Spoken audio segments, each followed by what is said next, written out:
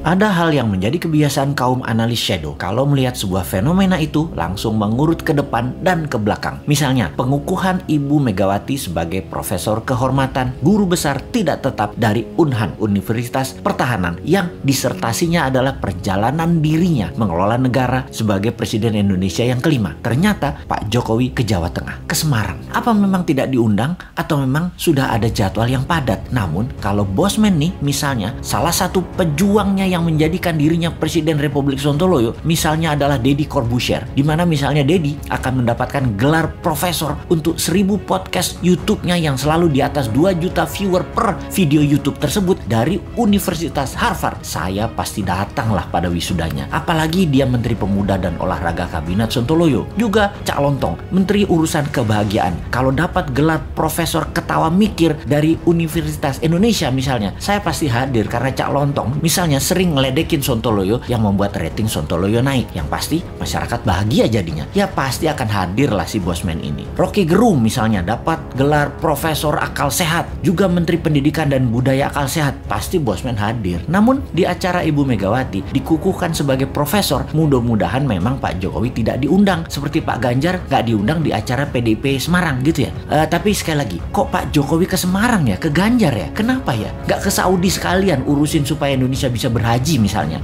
Gini nih yang bikin repot kalau menganalisa geopolitik dalam negeri. Banyak selamuran data alias data yang benar dan yang tidak benar, nggak tahu bedanya karena diselamurkan oleh tim siluman yang namanya buzzer. Kita lanjut bertanya, apa ini kode bahwa PDIP punya arah hanya Mbak Puan 2024, di mana PDIP tidak ingin jabatan presiden 3 kali tetapi istana pengen 3 kali, atau kalau 2 kali kalau bisa Ganjar dan Gibran calonnya? Begitu ya, beda arah ini kayaknya istana dengan PDIP. Oke, paling aman gini nih, bikin 3 kali, Pak Jokowi presiden, Mbak Puan wakilnya. Wes, top markotop iki, menang pasti. Bagaimana dengan komentar ini? Bosman komisaris apa bos? Tapi sudahlah, bukan urusan kita juga ya, masih lama 2024 itu. Corona masih berkuasa saat ini. Lebih baik kita pertanyakan kok belum pasang war mode untuk virus corona dan mutasi-mutasinya tersebut. Masih pandemik pendekatannya, bukan war approach yang secara penanganannya kalau war approach yang dipakai beda banget dengan pendekatan pandemik. Mudah-mudahan paham dengan apa beda war approach dan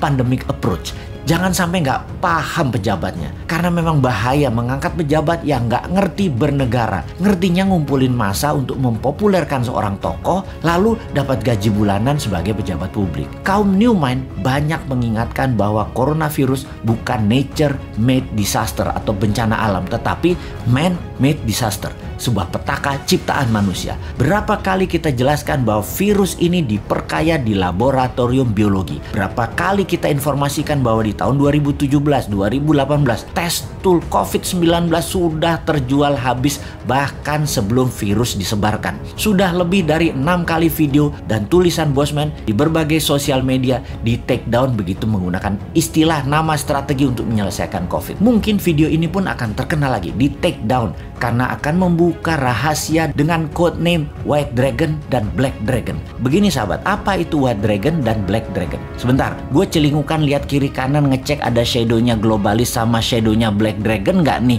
di WC jongkok gue yang lagi mengupdate status.